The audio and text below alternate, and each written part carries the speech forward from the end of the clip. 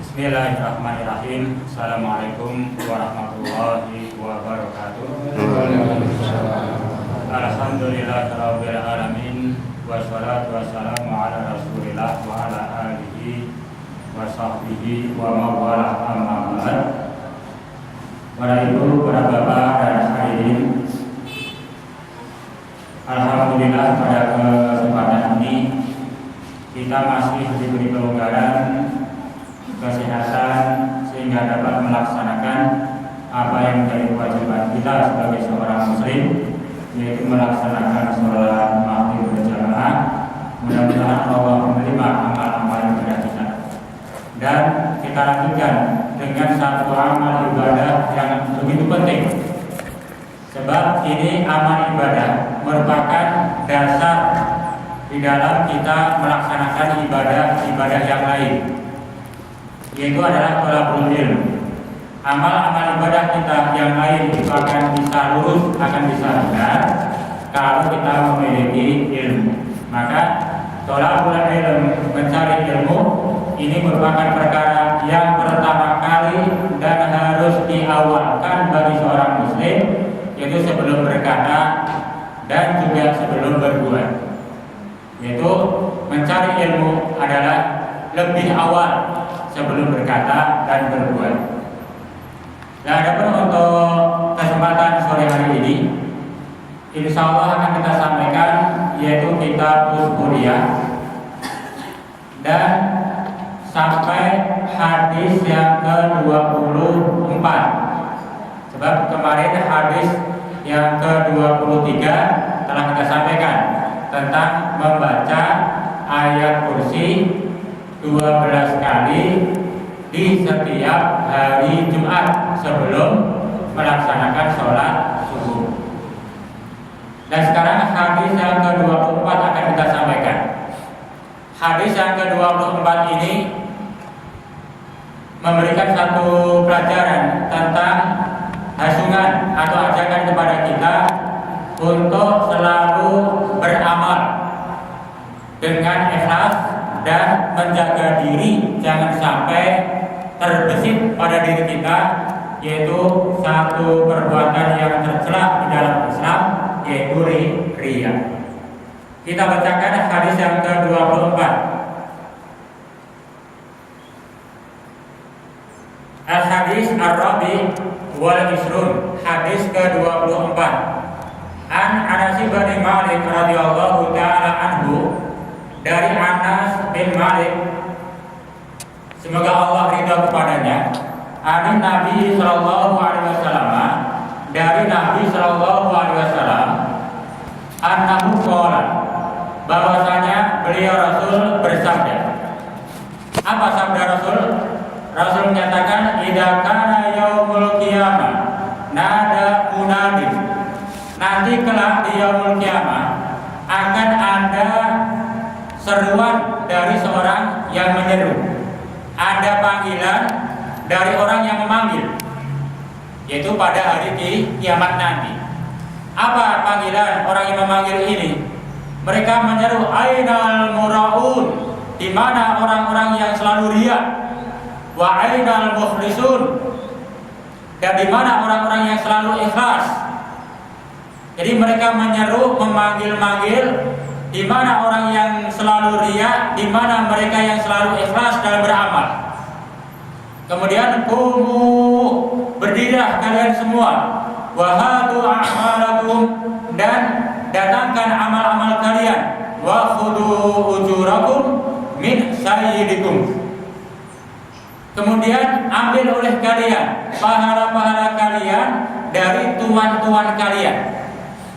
Orang-orang yang riya dalam beramal ketika di dunia, mereka nanti akan diperintahkan, akan dipanggil, dan mereka akan diperintahkan untuk mengambil pahala dari orang-orang yang mereka dahulu riya kepadanya, yaitu tuan-tuannya.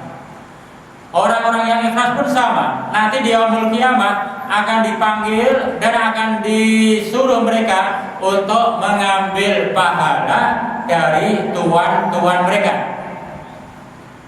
Kemudian Rasulullah SAW menyatakan, Waqala Nabi alaihi salam, la nusibul lil mura'in, tidaklah akan mendapatkan bagian sedikit pun siapa? Bagi orang-orang yang riya min a'malihim, dari amal-amal mereka syai'an, sedikit pun. Orang yang melakukan amal ibadah, amal kebaikan, amal ketaatan ketika di dunia ini itu riya, pamer, bukan mengharap ridha Allah, bukan mengharap akan keridhaan Allah Subhanahu wa taala, mereka sedikit pun tidak akan mendapatkan pahala nanti di yaumul kiamat, illa kecuali hasratan wa nadamatan wa syaqawatan, kecuali mereka akan mendapatkan satu hal yang menjadikan mereka menyesal. Mereka akan menyesal, mereka akan kecewa, mereka akan sengsara nanti di yaumul kiamat. Tsumma qala an-nabi alaihi salam, kemudian Nabiullah alaihi salam bersabda, ya ibna Adam, wahai segenap anak-anak manusia, ada ikhlas, ada ikhlas, ada ikhlas, dan seterusnya. Kenapa Rasul sampai berkali-kali mengingatkan kepada kita semua manusia, yaitu tentang ikhlas, ikhlas, dan ikhlas dalam beramal? Sebab tadi orang-orang yang dia tidak ikhlas atau riya dalam beramal, nanti di yaumul kiamat tidak mendapat apa-apa kecuali hanya penyesalan, kekecewaan, dan kesengsaraan saja. Kemudian Rasulullah SAW bersabda, qala Nabi alaihi salam, inna akhwafa ma akhafu ala ummati asyirkul asghar. Sesungguhnya, kata Rasul, sesuatu yang amat sangat aku khawatirkan dari apa-apa yang aku khawatirkan atas umatku ini adalah asyirkul asghar, syirik kecil. Jadi syirik ada dua macam, dikatakan oleh para ulama. Ada asyirkul akbar, syirik besar. Ada asyirkul asghar, syirik kecil. Nah, dalam hadis ini Rasul menyatakan sesuatu yang amat aku khawatirkan menimpa atas umat ini. Artinya umat Rasulullah Shallallahu Alaihi Wasallam, termasuk kita semua. Banyak sekali apa yang dikhawatirkan oleh Rasul, tapi yang sangat dikhawatirkan dari sekian banyak yang dikhawatirkan oleh Rasul, yang akan tertimpa atau menimpa kepada umat ini adalah umat ini akan tertimpa dengan namanya asyirkul asghar. Banyak umat Rasul mereka melakukan amal, tapi mereka terjerumus dalam satu perkara yang disebut yaitu syirik kecil. Lalu kemudian para sahabat bertanya kepada Rasul. Para sahabat bertanya kepada Rasulullah, "Wa ma asyirkul asghar ya Rasulullah?" Wahai Rasul, apa yang dinamakan atau yang disebut dengan syirik kecil ini? Qala an-Nabi alaihi salam, Nabi menjawab, yang dimaksud dengan syirik kecil adalah ar-riya, perbuatan riya. Melakukan amal ketaatan, melakukan amal kebaikan, melakukan amal ibadah, tapi bukan mengharap ridha Allah, tapi mengharap penilaian atau keridhaan dari selain Allah Ta'ala. Kemudian Rasul menyatakan, yaqulullahu ta'ala lahum, Allah Subhanahu wa ta'ala akan berkata kepada mereka. Ibutan, mereka ini siapa? Orang-orang yang riya. Allah akan berkata kepada mereka yang riya ketika di dunia ini, yauma yujazi al-ibadi bi a'malihim, pada satu hari di mana hamba-hamba akan dibalas amal-amal mereka. Nanti di yaumul kiamat, di yaumul jaza. Ketika manusia dibangkitkan dari alam kubur, kemudian dikumpulkan di padang mahsyar, kemudian dihisab amal-amal mereka. Mereka pun akan diberikan balasan oleh Allah atas amal-amal mereka. Maka saat itu Allah akan mengumpulkan orang-orang yang riya ketika di dunia pada satu sudut tersendiri. Kemudian Allah berfirman kepada mereka, berkata kepada mereka, idhabu ilal ladina kuntum tura'un lahum hal tajiduna fihim khairan. Wahai orang-orang yang selalu riya dalam beramal, silakan kalian pergi menuju kepada orang yang kalian dahulu pamer untuk mereka dan mintalah pahala kepada mereka, dan apakah kalian akan mendapatkan kebaikan dari sisi mereka? Ini satu pertanyaan. Artinya orang yang riya, mereka tidak akan mendapatkan pahala sedikitpun dari Allah Ta'ala, dan mereka pun tidak akan mendapatkan pahala dari orang yang mereka dahulu pamer. Allah berlepas diri kepada mereka, dan orang yang mereka harapkan keridoannya, yang mereka pamer kepadanya, mereka pun juga tidak bisa memberikan pahala. Nah, ini hadis yang ke-24. Kalau kita mengacu dalam hadis-hadis yang lain atau kitab yang lain, misalkan hadis Arba'in An-Nawawiyah oleh Al-Imam An-Nawawi, ini hadis yang digambarkan memiliki satu mauqi, satu kedudukan dalam Islam yang azimun jiddan. Kedudukannya itu kedudukan yang sangat penting sekali dalam agama ini. Mengapa? Sebab ketika berbicara tentang agama itu menyangkut perkara yang zahir dan yang batin. Ada perkara yang zahir, ada yang batin. Nah, hadis ini menggambarkan tentang yang batin itu. Bahkan kalau Ibnu Abbas menyatakan hadis ini menggambarkan perkara yang zahir dan batin. Kenapa demikian? Kalau agama dibagi dua, ada zahir, amal-amal yang kelihatan, yang nyata. Maka apakah amal itu benar atau salah? Apakah amal itu ikhlas dalam pengertian ittiba bi sunnati Rasulillah ataukah tidak? Nah, nanti ada yang kedua, ada amal itu dinilai dari sisi batinnya. Batinnya benar atau salah, dilihat apakah dia itu ikhlas atau riya. Kalau dia ikhlas mengharap ridha Allah dalam beramal, semata-mata mencari ridha Allah, maka itu amal benar. Tapi ketika dia beramal kok riya, mencari pamer kepada orang lain bukan kepada Allah, maka itu amal yang salah. Maka ini merupakan satu hadis yang memiliki kedudukan yang sangat mulia, sangat agung dalam agama ini. Maka hadis ini terkait dengan satu hadis innamal a'malu binniyat, atau ada hadis man amila amalan laisa alaihi amruna fahuwa raddun. Setiap amal tergantung di niatnya. Atau hadis yang menyatakan barang siapa yang beramal dengan satu amal dalam agama ini, yang amal itu tidak ada contoh dari kami,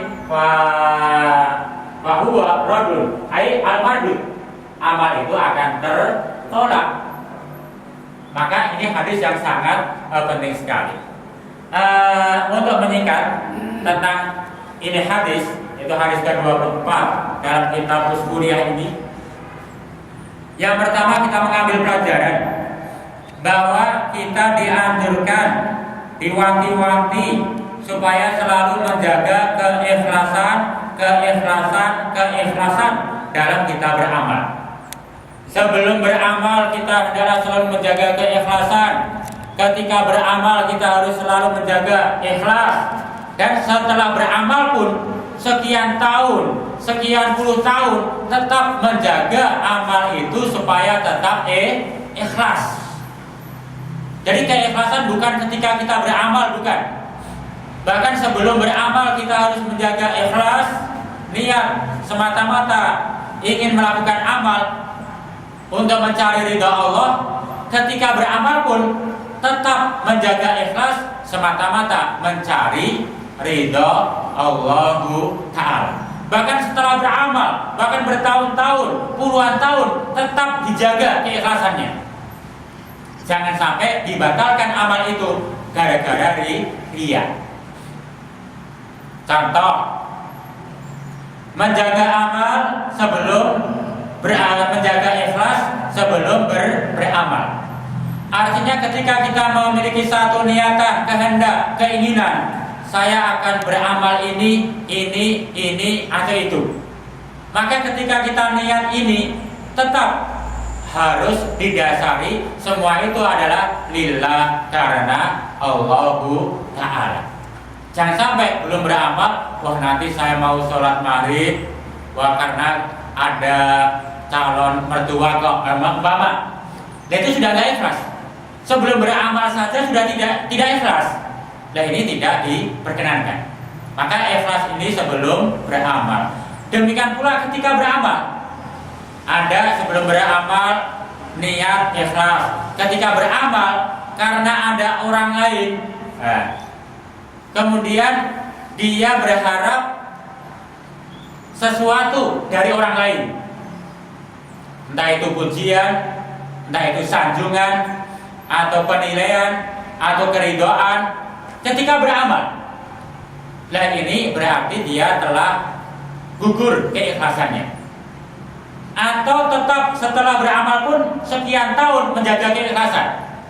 Sebelum beramal ikhlas, ketika beramal ikhlas, sehari, 2 hari, 3 hari tetap ikhlas, 1 pekan, 1 bulan tetap ikhlas, 5 tahun mungkin amal.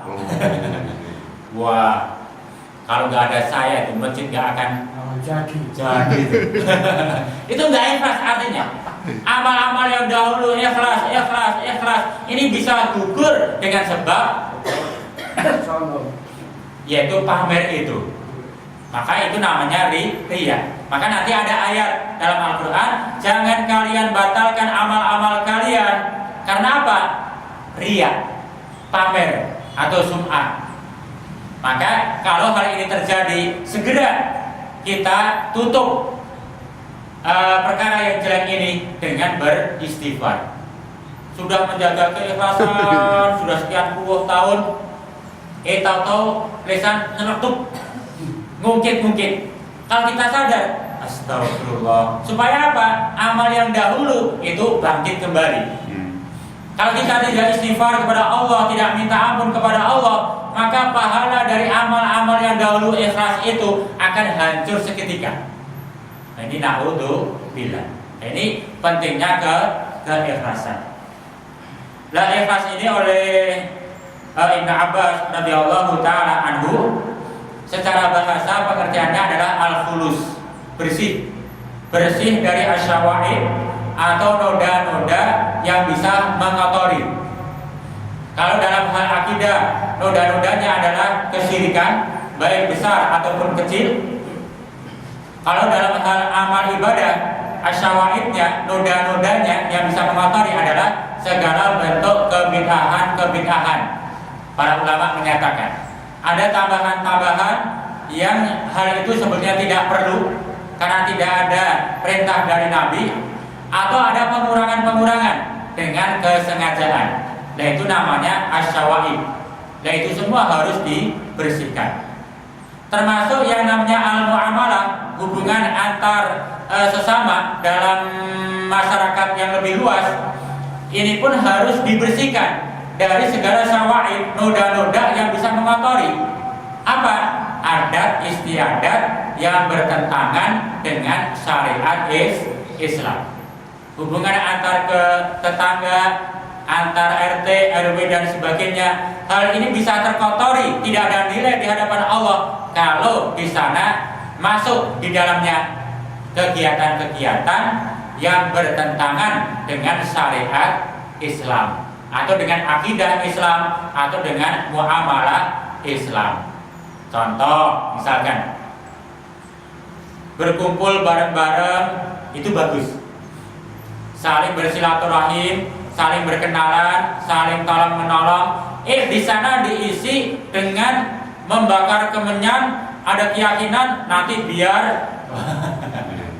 Nah itu artinya muamalah yang di sana ada syawaib, ada kotoran-kotoran yang bisa mengganggu pahala dari Allah Ta'ala.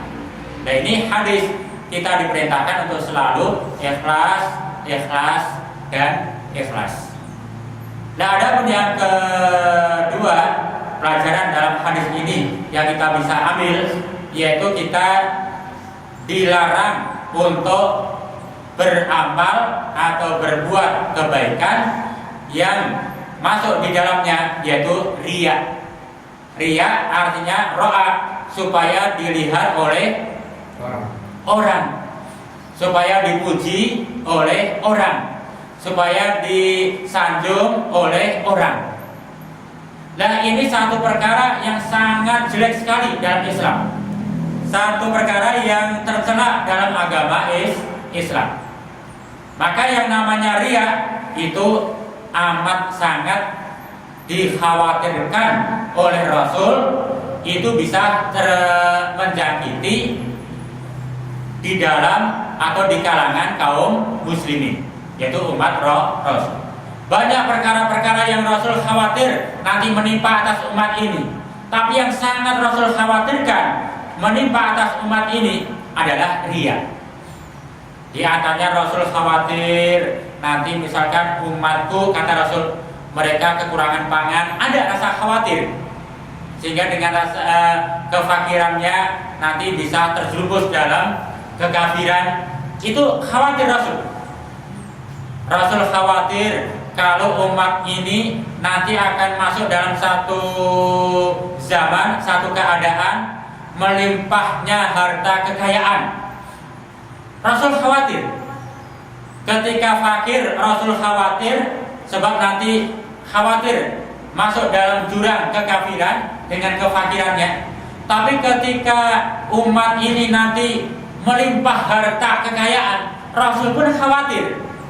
Kenapa? Ketika harta melimpah ada di hadapan umat ini, mereka kurang bersyukur kepada Allah Ta'ala.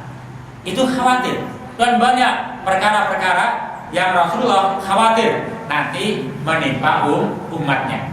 Tapi dari sekian banyak yang dikhawatirkan oleh Rasul, yang sangat dikhawatirkan, khawatir kalau umat ini mereka terjangkiti penyakit riya, pamer itu.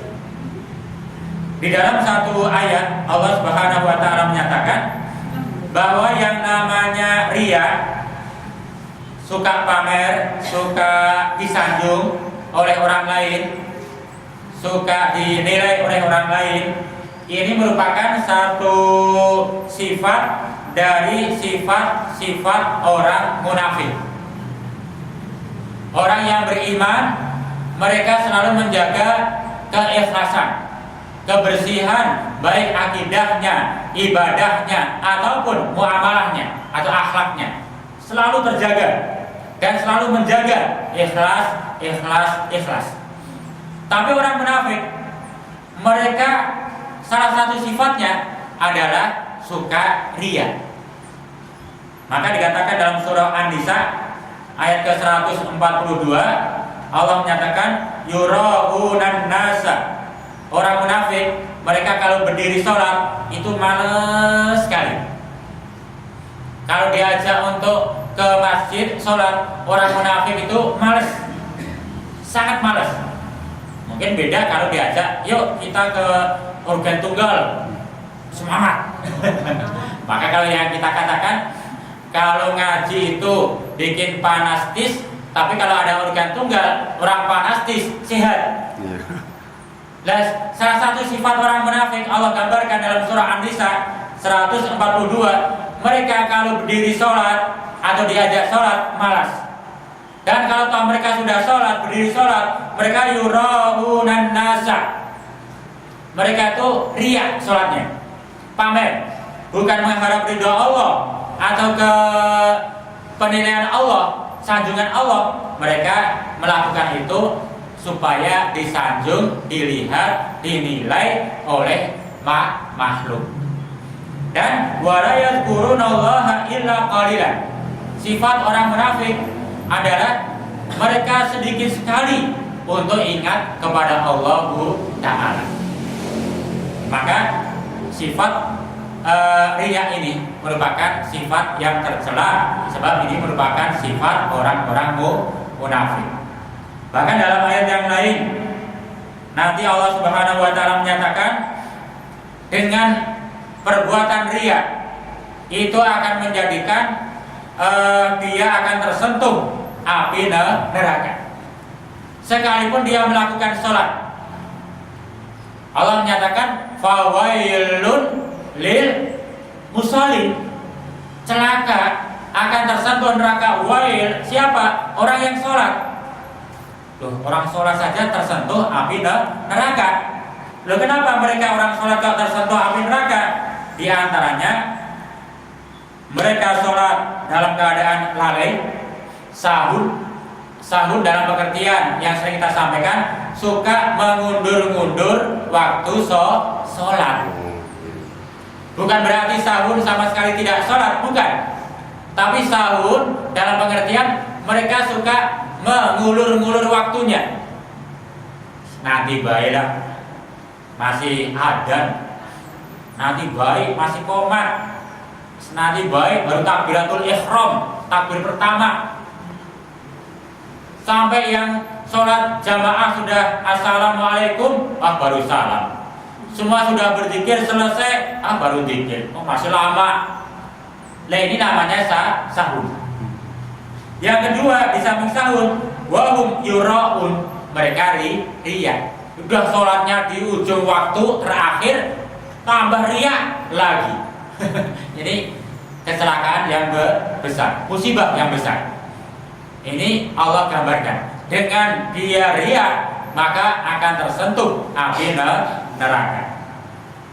Kemudian dalam ayat yang lain, dalam surah Al-Baqarah ayat 264, Allah menyatakan, ya ayyuhalladzina amanu, wahai orang-orang yang beriman, la tubtilu, jangan kalian batalkan shadaqatikum, sedekah kalian.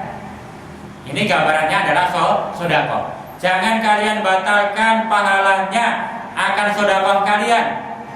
Secara keumuman termasuk amal-amal soleh kalian, amal-amal soleh kita. Bil manni, dengan menyebut wal ada, dan menyakiti. Sudah sekian tahun al-manninya ada, disebut-sebut, diungkit-ungkit lagi. Maka dengan diungkit-ungkitnya amal ini, sedekahnya batal, pahalanya hangus. Maka la tubtilu shadaqatikum bil manni. Kenapa? Alladzi yunfiqu malahu ria'an nas. Orang yang mengungkit-ungkit amal kebaikannya itu bagaikan orang yang dia berinfak, kemudian dia riya dengan infaknya. Maka riya ini dikatakan oleh para ulama, ar-riya itu bisa menghanguskan, yaitu amal, yuhbitul amal, bisa menghanguskan amal, kama yuhbitu syirik, sebagaimana syirik menghanguskan amal soleh. Sudah dapat pahala, terus pahala, diungkit-ungkit, hancur semua itu pahalanya. Maka na'udzubillah, kita jaga diri kita jangan sampai riya. Ada satu hadis yang panjang terkait dengan masalah ini pula, bahwa nanti di yaumul qiyamah ada 3 golongan yang mereka akan dihisab oleh Allah Ta'ala. 1, para syuhada. 2, orang-orang yang banyak harta. Yang ketiga, para dai, para ustaz. 3, ini yang pertama kali akan dihisab. Allah nyatakan, aku telah berikan engkau harta yang melimpah. Untuk apa engkau harta itu?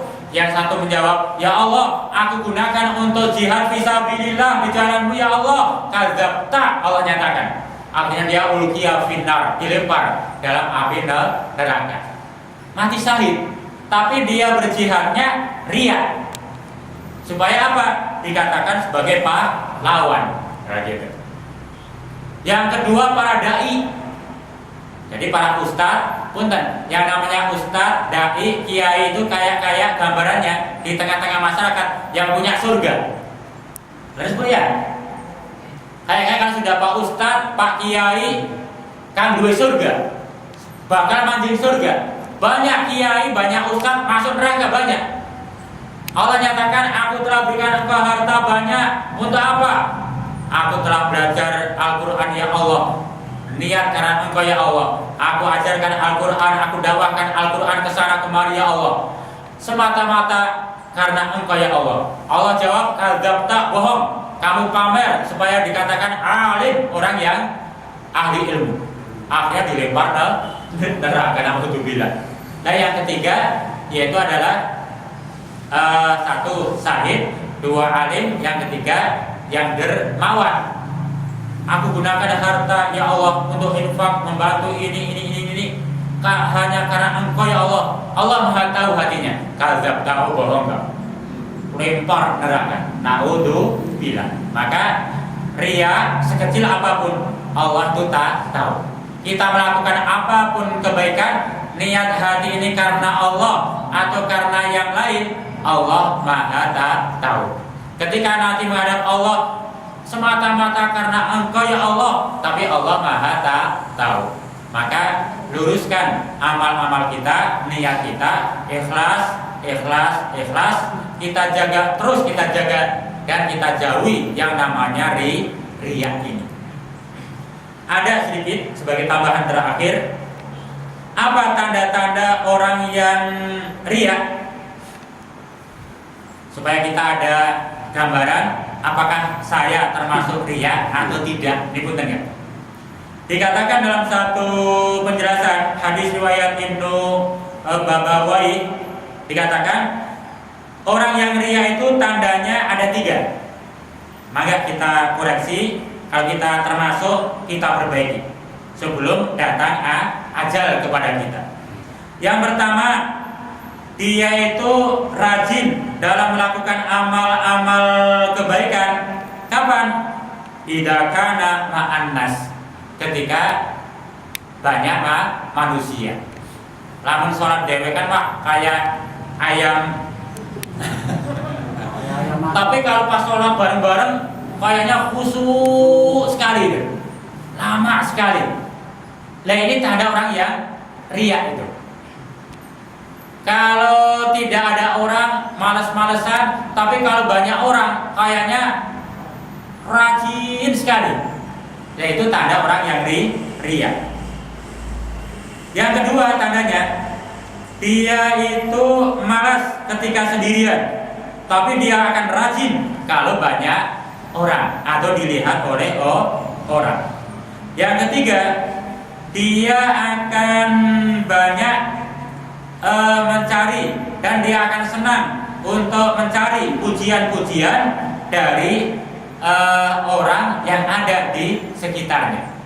Ketika dia beramal dipuji rajin, tapi ketika sudah gak dipuji-puji, gak disanjung-sanjung, gak disebut-sebut namanya, wis ini masjid-masjid baru kian-kian gak pernah disebut, wis beli di masjid belah. Itu riya namanya. Jadi orang yang riya tanda 3. 1, dia rajin ibadah ketika banyak orang. 2, dia malas untuk ibadah ketika sendirian. Dan yang ketiga, orang yang riya senang mendapat pujian. Dan ketika tidak dipuji, dia malas untuk melakukan amal di ibadah. Nah ini hadis ke-24 yang mudah-mudahan ini merupakan satu perkara yang sangat urgen sekali, penting sekali, merupakan landasan semua amal-amal ibadah kita. Apakah kita melakukan sholat ini, melakukan pengajian ini, membaca Al-Quran, berzikir dan lain sebagainya, apakah itu ikhlas atau riya? Kalau ikhlas, maka sekecil amal ibadah dengan ikhlas itu akan dipandang besar di hadapan Allah, berlipat ganda itu pahalanya. Tapi kalau riya, sebesar apapun amal ibadah, sebanyak apapun amal sedekah, tapi kalau itu riya, maka bukan dipandang kecil di hadapan Allah, bahkan habitat a'maluhum, akan hancur pahalanya. Maka jaga keikhlasan, ikhlas, jauhi daripada riya. Mudah-mudahan yang sedikit ini bisa bermanfaat, bisa mengingatkan kita kembali tentang kebaikan-kebaikan niat ini. Mudah-mudahan Allah memberikan kekuatan, selalu terjaga keikhlasan. Dari saya kurang dan lebihnya mohon maaf. Akhirnya, Assalamualaikum warahmatullahi wabarakatuh. Mungkin ada pertanyaan dulu, mangga. Ya, itu ada di buletin bunyinya gini Tan. Sodako apa ya? Sodako tidak perlu nunggu ikhlas gitu. Jadi ya sudah, pokoknya sodako aja nih. Jadi kalau tadi Ustaz kan mengatakan harus ikhlas. Jadi kalau mau sodako sudah jangan nunggu ikhlas, latihannya terus. Nanti juga lama-lama ikhlas gitu. Itu gimana Ustaz? Gitu. Pada dasarnya setiap perbuatan dalam pengertian bahasa Indonesia perbuatan atau amalan, nanti dalam bahasa Arab itu ada dua, ada menyebut dengan al-fi'l dengan al-amal. Yang Allah perintahkan itu bukan al-fi'l, tapi beriman kemudian beramal dengan lafaz amal. Walaupun fi'il amal kalau diterjemahkan dalam bahasa kita sama, perbuatan. Nah, apa bedanya al-fi'il dan al-amal? Kalau al-fi'il itu adalah perbuatan yang dilakukan baik dengan kesadaran atau tidak sadar. Maka orang gila pun bisa al-fi'il. Nah, adapun kalau amal itu perbuatan yang dilakukan di atas dasar kesadaran. Nah, bukti kesadaran adalah keikhlasan. Maka kalau kita beramal harus ada kesadaran. Artinya harus ada ikhlas. Niatnya apa? Apakah ikhlas lillah atau riya? Itu artinya ada kesadaran. Maka al-amalu as-solihah, amal soleh, artinya sadar, ada niat, tapi niatnya yang ikhlas, bukan riya. Gitu. Maka diperintahkan harus ada kesadaran, ada niat. Nah, ucapan, yang penting beramal dulu, beramal walaupun belum ada ikhlas, itu nggak apa-apa. Sebab ketika diperintahkan untuk ikhlas masih susah. Jangan sampai ketika susah berikhlas dalam beramal kemudian menghentikan amal, jangan. Tetap beramal, terus beramal sembari memperbaiki diri dan meluruskan supaya ikhlas. Ibarat riya itu penyakit. Kalau di tangan kita ada penyakit, punten ada penyakit, maka jangan dipenggal lehernya. Wah, di tangannya ada penyakit, penggal aja lehernya, mati, gitu namanya. Ini menggambarkan kalau kita beramal belum bisa ikhlas, jangan dipenggal. Wah, nggak usah beramal sajalah, jangan. Tapi ibarat ada penyakit, tetap terus hidup sembari diperbaiki, lama-lama sembuh. Nah, kita belum ikhlas terus beramal, nggak apa-apa. Sembari diperbaiki sampai akhirnya sembuh menjadi ikhlas. Itu maksudnya begitu. Masalah. Ya, masalah.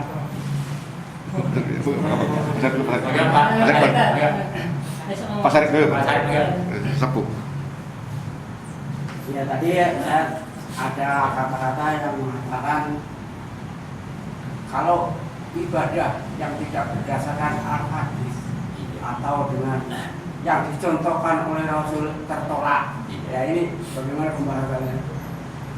Ini kalau dibahas memang panjang. Nanti ada dua hadis. Man ahdatsa min amrina hada laisa alaihi amruna fahuwa raddun. Nanti ada hadis man amila amalan laisa alaihi amruna fahuwa raddun.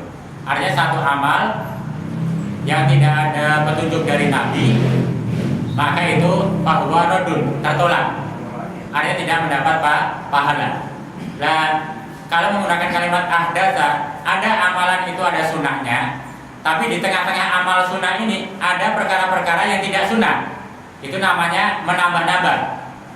Oleh para ulama dikatakan itu bid'ah idhofiyah. Bid'ah karena ada tambahan dalam perkara sunnah. Nanti ada hadis man amila amalan, betul-betul dari awalnya itu nggak ada dasar hukumnya. Kemudian muncul satu amal yang dianggap itu serupa dengan syariat, maka dikatakan bid'ah hakikiyah. Untuk membahas ini panjang sekali. Yang jelas kita tetap punya usul dalam diri kita, punya keyakinan pokok. Kita sebagai seorang muslim wajib menerima sunnah dan menolak bid'ah. Itu usulnya dulu. Kita siap menerima sunnah dan menolak bid'ah. Walaupun dalam perkara amal yang nyata terpeleset dalam bid'ah, nggak apa-apa. Itu masih dinilai sebagai ahlus sunnah. Tapi kalau pada usulnya keyakinan saya nggak mau sunnah, saya menolak sunnah, saya suka bid'ah, walaupun dia beramal dengan sunnah, dia tetap dianggap ahlul bid'ah. Maka yang terpenting usul dulu, yang pokok dulu. Kita sebagai seorang muslim siap menerima sunnah dan siap menolak bid'ah. Itu dulu. Iya, maksudnya. Ya, ini contohnya Pak. Kalau kita sholat, niatnya diucapkan, bagaimana itu Pak? Sudah. Nah, ini oleh para ulama dikatakan mengucapkan niat talafut bil lisan, talafudun niyah bil lisan, ini juga dikatakan perkara baru. Tidak ada satu hadis yang menerangkan. Maka sebagian besar kalau para ulama ini perkara yang diadakan dalam agama Islam. Hanya satu ulama yang menulis, yaitu kitab Al-Wafi, Dr. Sulaiman atau siapa, itu melafazkan niat itu boleh selama untuk membangkitkan niat dalam hatinya, untuk memancing istilahnya. Hati kok belum bisa niat lurus, masih ada goyang-goyang hatinya, maka dilafazkan, maka itu untuk memancing. Hal ini dikatakan jaiz, boleh. Jadi bukan niat lisannya, bukan, niat itu dalam hatinya. Ustaz, kalau kita di ria, ya kita jadi kita ibadah ria, tapi ria itu ibaratnya gini, jadi memberikan contoh gitu, ria tapi kita memberi contoh. iya. Udah. Iya. Satu amal yang terkadang dinilai oleh orang itu riya atau sum'ah, tapi sebetulnya di hadapan Allah dia dinilai ikhlas. Itu ada. Misalkan kita beramal yang kita tampakkan supaya dilihat oleh orang, yang tujuannya adalah supaya orang lain melihat dan bisa menirukan. Itu bukan riya, bukan. Tapi itu adalah mengajarkan kebaikan, ta'alum namanya. Maka tetap dicatat sebagai satu amal yang ikhlas. Atau sudah sekian tahun dia beramal, kemudian dia sebut lagi dalam rangka apa? Dalam rangka untuk membangkitkan kembali kebaikan itu. Maka itu pun bukan dikatakan riya. Atau kita sedekah, tolonglah disebut nama saya ya. Disebutkan namanya si fulan sedekah sekian, yang lain 50, yang saya 25, punya saya itu lebih banyak itu 200, sebutin ya si fulan 200, yang lain waduh 200, wah saya 300. Nah itu bukan dia, namanya fastabiqul khairat. Maka riya atau ikhlas itu yang lebih tahu adalah Allah Ta'ala dan diri kita. Apakah kita bukan dalam rangka supaya dipuji orang atau supaya memberikan pelajaran kepada orang. Ketika itu memberikan pelajaran supaya ditiru kebaikannya, itu tetap dinilai Ikhlas. Subhanallah. Jadi nggak apa-apa maksudnya. Nggak apa-apa. Iya, soalnya tadi tuh penjelasannya hanya sebatas itu aja, masih jadi dia itu Betul. Jelas tadi. Jelas kan? Ada iuran hukum itu Pak untuk amal ini. Nah, kan ada yang 50, ada yang 100, ada yang 5.000, kadang-kadang kan gitu. Mungkin orang-orang yang membayar ini mungkin dilihatnya itu hanya harapan gede, misalnya kan gitu ya. Nah ini bagaimana dirinya? Ada disampaikan supaya orang lain lebih gede, Iya, nggak apa-apa. Ya, gitu. Jadi bukan dalam rangka supaya dipuji dia, bukan. Tapi dalam rangka untuk memberikan satu dorongan dalam rangka fastabiqul khairat. Itu bagus. Itu tetap dinilai amal yang ikhlas. Cukup, insyaallah. Terima kasih. Kalau Ustaz lebih orang berkorban tapi ini waktu disebut dia marah, itu bagaimana? Kalau dia marah dalam pengertian supaya kau tidak mendapat pujian dari orang, itu bisa masuk ke ria. Nah, kalau misalkan sudah korban nggak disebut, nggak apa-apa. Allah yang menyebutkan nantinya. Tapi kalau dia marah dalam pengertian kalau nggak disebut nanti tidak ketahuan itu korban dari sahabat. Sementara sunnah Rasul ketika menyembelih Bismillah ala sunnati Rasulillah Sebut. nama. Dan supaya itu disebut sempurna, itu namanya ikhlas. Dalam rangka ittiba, itu boleh. Maka nanti yang tahu persis dia sendiri. Kenapa nggak disebut? Wah, berarti nggak diketahui orang, nah, itu ria. Iya. Tapi kenapa nggak disebut? Berarti nanti nggak sempurna, nggak disebut itu. Sunatnya kan disebut. Nah, itu namanya Maka yang lebih tahu ikhlas ini diri kita sendiri dan Allah Ta'ala yang maha mengetahui di sudur dalam hati kita. Cukup salah dari saya. Assalamualaikum warahmatullahi wabarakatuh. Waalaikumsalam.